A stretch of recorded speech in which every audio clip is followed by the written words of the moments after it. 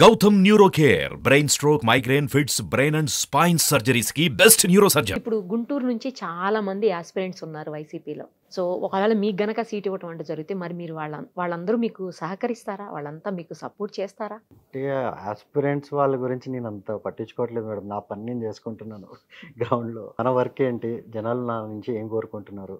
ఆ మాత్రమే ఫోకస్ ఉంది తప్ప వేరే ఇయన్నీ మనం ఎక్కువ ఆలోచించట్లేదు. జనరల్‌గా గుంటూరు అనేది టీడీపీకి కంచుకోట. గల్లా జయదేవ్ గారు 2 టైమ్స్ అక్కడి నుంచి అవును. గెలిచారు. ఇప్పుడు ఆయన చేయనని చెప్పారనుకోండి, అది వేరే విషయం గానీ. బట్ అలాంటి ప్లేస్‌లో మీకు ఎంత వరకు సపోర్ట్? కొత్తగా వచ్చారు మీరు, యంగ్‌స్టరే అయినప్పటికీ న్యూ పర్సన్, న్యూ ఫేస్‌గా అక్కడ ఫీల్ అయ్యే పరిస్థితులు ఉంటాయేమో అనే ఆలోచన ఏమన్నా ఉందా మీకు? ఈవెన్ స్పోర్ట్‌లో గానీ, లైఫ్‌లో గానీ, పాలిటిక్స్‌లో గానీ గెలుపు, ఓటమి అనేది కామన్. సహజం అండి. అవును. So that is a part of life. కాకపోతే వాట్ కెన్ ఐ డూ? అంటే నేను నా బెస్ట్ ఆఫ్ మై ఎబిలిటీకి మనం ప్రయత్నం చేస్తున్నాము. ప్రీవియస్‌లీ మీరన్నట్టు 10 ఇయర్స్ ఆఫ్ టీడీపీ ఎంపీ ఉన్నారు. అవును. ఇప్పటి వరకు ఒక్క ఇండస్ట్రీ కూడా తీసుకురాలేదు గుంటూరు డిస్ట్రిక్ట్‌కి. నాట్ ఈవెన్ ఒక 100 క్రోర్స్ వదిలేండి. 1 క్రోర్ వర్త్ ఇండస్ట్రీ కూడా పెట్టిపియలేదు. సెంట్రల్ ఫండ్స్ కూడా రాలేదు. వచ్చిన ఫండ్స్ కూడా ఎక్స్‌చెకర్‌కి వాపస్ వెళ్ళిపోయింది. అది కూడా వాడలేదు డిస్ట్రిక్ట్‌లో. సో ఇంత నెగ్లెక్ట్ చేశారు. అంటే అది ఎట్లా అయిపోయిందంటే రాజకీయంగా ఈ ఇండస్ట్రియలిస్ట్‌కి ఎంపీ అనేది ఒక పదవి. హ్మ్. అంటే వాళ్ళ లైఫ్‌లో చెప్పుకోవడానికి. ఓకే. అది అట్లా అయిపోయింది. అట్లా కాదు. పబ్లిక్ కోసం మనం పని చేయాలి కదా! హ్మ్. అందుబాటులో ఉండాలి. మరి ఎందుకు వాళ్ళు అందరూ ఇప్పుడు 19,00,000 ఓటర్స్ ఎందుకు ఓటేశారు మనకి? మనం వెళ్లి అక్కడ గ్రౌండ్‌లో ఉండి వాళ్ళది ఏం సమస్యలు ఉన్నాయో తెలుసుకొని కనీసం కాన్స్టిట్యుయెన్సీకి రాకపోతే సో ఎవరు ఏ పార్టీ ఉన్నా కూడా వాళ్ళు ఉండాలి. వాళ్ళు పని చేయాలి. పని చేయడానికి ఉంటేనే పదవులు ఆశించాలి మేడం. ఈ ఇండస్ట్రియలిస్ట్ వచ్చి డబ్బులు ఉన్నాయి కదా అని డబ్బులు పెట్టి ఎలక్షన్‌లు గెలిచి దాని తర్వాత కనిపియకుండా that is not a right way. That is not a right tone to set. అందుకే యూత్ రావాలంటున్నాను. అంటే ఇంట్రెస్ట్ ఉండి 24/7 పని చేయాలంటే రావాలి. ఊరికే ఏదో పదవికి రావాలంటే కాదు మేడం. Politics are changing. మీరు చూడండి ఇండియా వైడ్ ఇక్కడే కాదు. అవును. India wide politics are changing. People correct. కోసం పనిచేసే వాళ్ళనే గెలిపించుకుంటున్నారు ఎక్కడైనా గానీ. సో అది మెల్లమెల్లగా చేంజ్ అవుతుంది మేడం. ఫుల్ సర్కిల్ మళ్ళీ will come back to good proper politics అని. యాహ్! అందరూ అదే ఎక్స్‌పెక్ట్ చేస్తున్నారండి. యాక్చువల్లీ మీరేమో పెద్దగా ఏం పని చేయలేదు, ఇండస్ట్రీస్ రాలేదు, ఐటీ కంపెనీస్ రాలేదన్నారు. అసలు ఇండస్ట్రీస్ వచ్చినా, ఐటీ కంపెనీస్ వచ్చినా, లేకపోతే వేరే కంట్రీస్ తోటి కొలాబరేషన్స్ అయినా, అది మా గవర్నమెంట్‌లో మాత్రమే జరుగుతోంది టీడీపీలోనే. అసలు వైసీపీ వచ్చిన తర్వాత అవన్నీ నిల్లని కదా వాళ్ళు ఆరోపణ చేస్తున్నారు. అంటే మీరు గుంటూరు డిస్ట్రిక్ట్‌లో నేను కాదు నాతో పాటు మీరందరూ ఒక ట్రిప్ రండి. వాళ్ళు క్యాపిటల్ అన్నారు, అన్నారు. వాళ్ళు తీసుకొచ్చిన ఒక ఇండస్ట్రీ చూపియమనండి. ఎక్కడన్నా ఒకటి కనిపియాలి గదా! వచ్చినయన్నీ తర్వాత వచ్చినియే. వాళ్ళు అప్పుడు ఆ 5 ఇయర్స్ టైంలో వాళ్ళు ఏం తీసుకొచ్చారో ఒకసారి చూపియమనండి. ఇంత మాట్లాడుతున్నారు గదా! ఏదైనా చూపియమనండి. Something to show for it. అది లేనప్పుడు ఎట్లా మాట్లాడతారు మేడం? అంటే ఇంకా ఏదో విమర్శ చేయటానికి చేస్తున్నారు తప్ప, మేమేం చేసామో అసలు చెప్పుకుంటున్నారా వాళ్ళు? ఇప్పుడు మేము ఆల్రెడీ చేస్తున్నారు. చాలా చోట్ల ఇన్ని ఇండస్ట్రీస్ వస్తున్నాయి. మొన్న సమ్మిట్‌లో 13,00,000 క్రోర్స్ వర్త్ ఆఫ్ ఇన్వెస్ట్‌మెంట్స్ తీసుకొచ్చారు. ఎన్నో కంపెనీస్ పెడుతున్నారు. పోర్ట్స్ వస్తున్నాయి. ఈవెన్ మనకి సచివాలయాలు, రైతు భరోసా కేంద్రాలు, విలేజ్ క్లినిక్స్ ఇయన్నీ ప్రగతి కాదా మేడం? అంటే ఇప్పుడు ఒక మొత్తం డిస్ట్రిక్ట్‌కి ఒక పెద్ద సచివాలయం సెంటరో, లేకపోతే పెద్ద హాస్పిటలో కట్టి అందరూ అక్కడికొచ్చి లైన్‌లో నుంచొని బాధపడేది మనం ఇక్కడ గాంధీ హాస్పిటల్ దగ్గర నుంచి ఎప్పటినుంచో చూస్తున్నాం మనం. ఇప్పుడు అయన్నీ మన ఇంటికొచ్చి అక్కడ విలేజ్‌లోనే అన్నీ అవైలబుల్ ఉన్నాయంటే that is true social progress. అంటే వాళ్ళందరికి గూడా ఈవెన్ ఇన్‌ఫ్రాస్ట్రక్చర్ వైస్ గూడా అది హ్యూజ్ ప్రోగ్రెస్. ఎక్కడ లేనిదది. Hmm. So, I think we are on a very good balanced progressive విజన్‌తో మన సీఎం గారు ముందుకు తీసుకెళ్తున్నారు. So, good things will happen. Actually Guntur కాకపోతే మచిలీపట్నం నుంచి కూడా మీరు పోటీ చేసే అవకాశాలున్నాయి అని చెప్తున్నారు. ఈ ప్రతిపాదన మీకు ఓకేనా? మేడం పోటీ చేసేది అంతా తర్వాత సంగతి. మనం వచ్చింది సర్వీస్ చేయటానికి. నాకున్న క్లారిటీ వరకు మాత్రము ఎక్కడైతే నేను వర్క్ చేస్తున్నానో, నాకెక్కడైతే వర్క్ చేయమని నాకు ఇన్‌స్ట్రక్షన్స్ వచ్చినాయో, అక్కడ నేను సిన్సియర్‌గా నా వర్క్ నేను చేసుకుంటున్నాను. అంతకు మించి చెప్పనంటారా? ఇక చెప్పేదేముంది మేడం మిగతాది కొన్ని రోజుల్లో సారే మీకు అనౌన్స్ చేసి క్లారిటీ ఇస్తారు. ఏపీ, తెలంగాణ విడిపోయిన తర్వాత లోటు బడ్జెట్‌తో వెళ్ళింది ఏపీ అందరికీ తెలుసు. అలాంటి చోట సంక్షేమ పథకాలు, ఏ పార్టీ వచ్చినా సంక్షేమ పథకాలకి ప్రయారిటీ ఇస్తూ పోతున్నారు. మీరు కూడా ఇందాక సంక్షేమ పథకాల గురించి మాట్లాడారు. అందుకని నేను ఈ క్వెషన్ అడుగుతున్నాను. ఇలాంటి పరిస్థితుల్లో అంటే బాగా డౌన్‌లో ఉన్నటువంటి ఫైనాన్షియల్‌గా ఆ పరిస్థితుల్లో అవసరమా సంక్షేమ పథకాలు అమలు చేయటం అనేది ఒక క్వెషన్ రైజ్ అవుతా ఉంది. అవసరమా అంటే మేడం ఇప్పుడు మనము ఇట్లా ఏసీ స్టూడియోలో కూర్చొని, మనం కారుల్లో తిరుగుతూ, మంచి మంచి లగ్జరీ హోటల్‌లో, అపార్ట్మెంట్‌లో ఉంటూ, 5 స్టార్ హోటల్‌లో తింటూ మనకు అట్లనే అనిపిస్తుంది మేడం. ఒకసారి గ్రౌండ్‌లో తిరిగితే ఒకసారి రమ్మనండి ఎవరైతే మాట్లాడుతున్నారో వాళ్ళని నాతో పాటు రమ్మనండి. ఆ ఊర్లోకి తీసుకెళ్తాను. ఆ కుటుంబాలను కల్పిస్తాను. ఎవరైతే సంక్షేమ పథకాలు తీసుకొని ఎంత సంతోషంగా ఉన్నారో, అది కాకుండా వాళ్ళ పిల్లలు చదువుకుంటున్నారు, వాళ్ళ ఇల్లు గడుస్తుంది.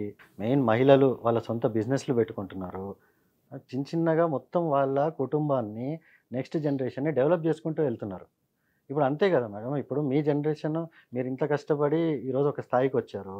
మీ పిల్లలు మీకంటే ఎదగాలని ఆలోచిస్తారు కదా! 100% కదా. మరి సంక్షేమ పథకాలు దానికోసమే కదా మేడం. వాళ్ళ లైఫ్‌లో వాళ్ళ నెక్స్ట్ జనరేషను వాళ్ళకంటే ఇంకో మంచి స్థాయికెళ్ళాలి. వాళ్ళ కోసం ప్రపంచం అంతా డోర్స్ ఓపెన్ అవ్వాలి. ఇప్పుడు ఇంగ్లీష్ మీడియం స్కూల్స్‌లో చదువుకుంటుంటే పిల్లలు, వాళ్ళు ఎక్కడైనా వరల్డ్‌లో ఎళ్లి వాళ్ళ డిగ్రీలు చేసుకోవచ్చు, పీజీలు చేసుకోవచ్చు, జాబ్స్ ఎక్కడైనా సంపాదించొచ్చు. అదే ఇప్పుడు ఒక లేబరర్ కొడుకో, ఒక కాబ్లర్ కొడుకో ఇంటర్నేషనల్ స్థాయికెళ్ళి పీజీలు ఇంటర్నేషనల్ కాలేజీల్లో, యూనివర్సిటీల్లో పీజీలు చేస్తే అది అంటే సంక్షేమ పథకాలు లేకపోతే వాళ్ళకిప్పుడు పాసిబులా? మీరు చెప్పండి. అట్లాంటి ఎన్నో ఫ్యామిలీలు, లక్షల ఫ్యామిలీలు నేను చూపిస్తాను. నాతో పాటు రమ్మనండి. అంటే అభివృద్ధి అనేది అసలు వదిలేసి అది అది కుంటుపడి అభివృద్ధి కాదా మేడం? సంక్షేమ పథకాల మీద దృష్టి పెట్టారు. దీనివల్ల రాష్ట్రం మొత్తం భ్రష్టు పట్టిపోతుంది, సర్వనాశనం అయిపోతుంది అంటున్నారు. అభివృద్ధి కాదా మేడం? అంటే రాష్ట్రంలో జనాభా, వాళ్ళ కుటుంబము, యువత ఫ్యూచర్ అంటే వాళ్ళ ఫ్యూచర్. అది అభివృద్ధి కాదా? అంటే ఏంటి అభివృద్ధి అంటే ఏంటి? రియల్ ఎస్టేట్ రేట్లు పెరగటమా? అది ఎంతమంది ల్యాండ్ ఓనర్స్ ఉంటారు మీకు టౌన్‌లో గాని, సిటీలో గాని? ఒక 20,000, 30,000 మంది ల్యాండ్ ఓనర్స్ ఉంటారు. అంటే వాళ్ళ ల్యాండ్ రేట్లు పెరగాలి. అంటే మిగతా వాళ్ళందరూ వాళ్ళ ఇళ్లలోకొచ్చి పని చేయాలి. వాళ్ళు దొరల్లాగా ఉండాలి. అంటే ఇప్పుడేంటి? వాళ్ళ బాధంతా ఏంటంటే వాళ్ళ ఇళ్లలో పని చేయడానికి జనాలు దొరకట్ల. ఎందుకంటే ఎవరికి వాళ్ళు ప్రగతి బాట పట్టుకొని వాళ్ళ లైఫ్‌లో ఎదగడానికి ముందుకెళ్తున్నారు. అది నచ్చక ఏడుపు తప్ప ఇంకేం లేదు మేడం. మీరు ఒక్కసారి గ్రౌండ్‌లో అదే చెప్తున్నా కదా! మాట్లాడే వాళ్ళందరిని నాతో పాటు రమ్మనండి గ్రౌండ్‌లో. వచ్చి కలవమనండి జనాల్ని చెప్తారు వాళ్ళే. వాళ్ళు హ్యాపీగా ఉన్నారంటారు ప్రజలైతే. ఉన్నారు మేడం. అంటే మీ నవ్వుకు అర్థం ఏంటి? నవ్వుకి అర్థం ఏంటంటే ఇప్పుడు మీడియా వాళ్ళు రకరకాలుగా చెప్తారు కదా! కానీ గ్రౌండ్ రియాలిటీ ఏంటంటే మేము చెప్పట్లేదండి. మీరని కాదు. అపోజిషన్ వాళ్ళు చెప్తున్నాయి మాత్రమే అదే నేను మీకు అపోజిషన్ వాళ్ళనే చేస్తున్నాను. మేడం. వాళ్ళకి కూడా తెలుసు. వాళ్ళు చెప్పాలని విమర్శించాలని విమర్శిస్తున్నారు. ఎందుకంటే ఎలక్షన్‌లు వస్తున్నాయి కాబట్టి. వాళ్ళ ఊరుల్లో వాళ్ళు చూసుకోవట్లేదా? అంటే వాళ్ళకి ఇప్పుడు ఏమన్నా యాక్సిడెంట్ అయితే ఆరోగ్యశ్రీ కార్డ్ వాడరా మేడం వాళ్ళు? ఎళ్ళరా హాస్పిటల్‌కి? లేదు మేము ఎళ్ళము. ఆరోగ్యశ్రీ కార్డ్ వాడము. మేము వేరేదేదో ఎక్కడికో వెళ్తామని వెళ్తారా? అయన్నీ పనిచేస్తున్నాయి కదా మేడం. ఈళ్ళే చెప్పేవాళ్ళు చెప్తూ ఉంటారు. Aadudam Andhra utter flop fail అయిపోయినటువంటి ప్రోగ్రామ్ అది. బ్యాట్లు లైవ్ లోనే విరిగిపోతున్నాయి అని చెప్పేసి కంప్లైంట్స్ చేస్తున్నారండి. అసలు ఆడుదాం ఆంధ్రతో ప్రయోజనం ఏంటి అని అడుగుతున్నారు. ప్రయోజనం ఏంటంటే లైఫ్‌లో ఎప్పుడు స్పోర్ట్‌లో ఆడినోళ్ళకి ఏం చెప్తాం మేడం ప్రయోజనం ఏంటంటే? స్పోర్ట్ అంటే ఏంటి? ప్రతి ఆ సొసైటీ బిల్డింగ్ అది. ఇప్పుడు ఆంధ్రప్రదేశ్‌లో అన్నిటికంటే అతి పెద్ద జబ్బు ఏంటి మీరు చెప్పండి? కుల పిచ్చి. అవును. ఒక స్పోర్ట్ ఈవెంట్‌కి నేను ఒట్టి మా కులం ఆడుతూనే ఆడుతున్నాను చెప్తారా? అసలు ఎలా అలా ఉండదు కదా! తెలుస్తుందండి అది? అక్కడ తెలియని కూడా తెలీదు తెలియదు కదా కదా! కులాలు మతాలు. మరి ఒకసారి మనం స్పోర్ట్ ఆడితే ప్రతి కులము, ప్రతి మనిషి, ప్రతి మతం మనిషి వచ్చి ఆడినప్పుడు అందరూ ఒకటే అన్న ఒక భావం వస్తుంది. అవును. అది అదైతే కరెక్ట్. ఆంధ్రప్రదేశ్‌లో తీసుకురావటం నంబర్ 1 ప్రయారిటీ అది యూత్‌కి ఎస్పెషల్లీ. ఎందుకంటే ముందు పాత జనరేషన్ వాళ్ళ థింకింగ్ వాళ్ళది ఉంది మేడం. కానీ ఎంతకాలం అదే ట్రికిల్ డౌన్ అవుతూ ఎంతకాలం అయ్యే ఆలోచనలో మనం ముందుకెళ్తాం. అదే కాకుండా ఈవెన్ నాకు తెలుసు మనకి ఎంత టాలెంట్ ఉన్నా గానీ గుర్తింపు పొందడం చాలా కష్టం.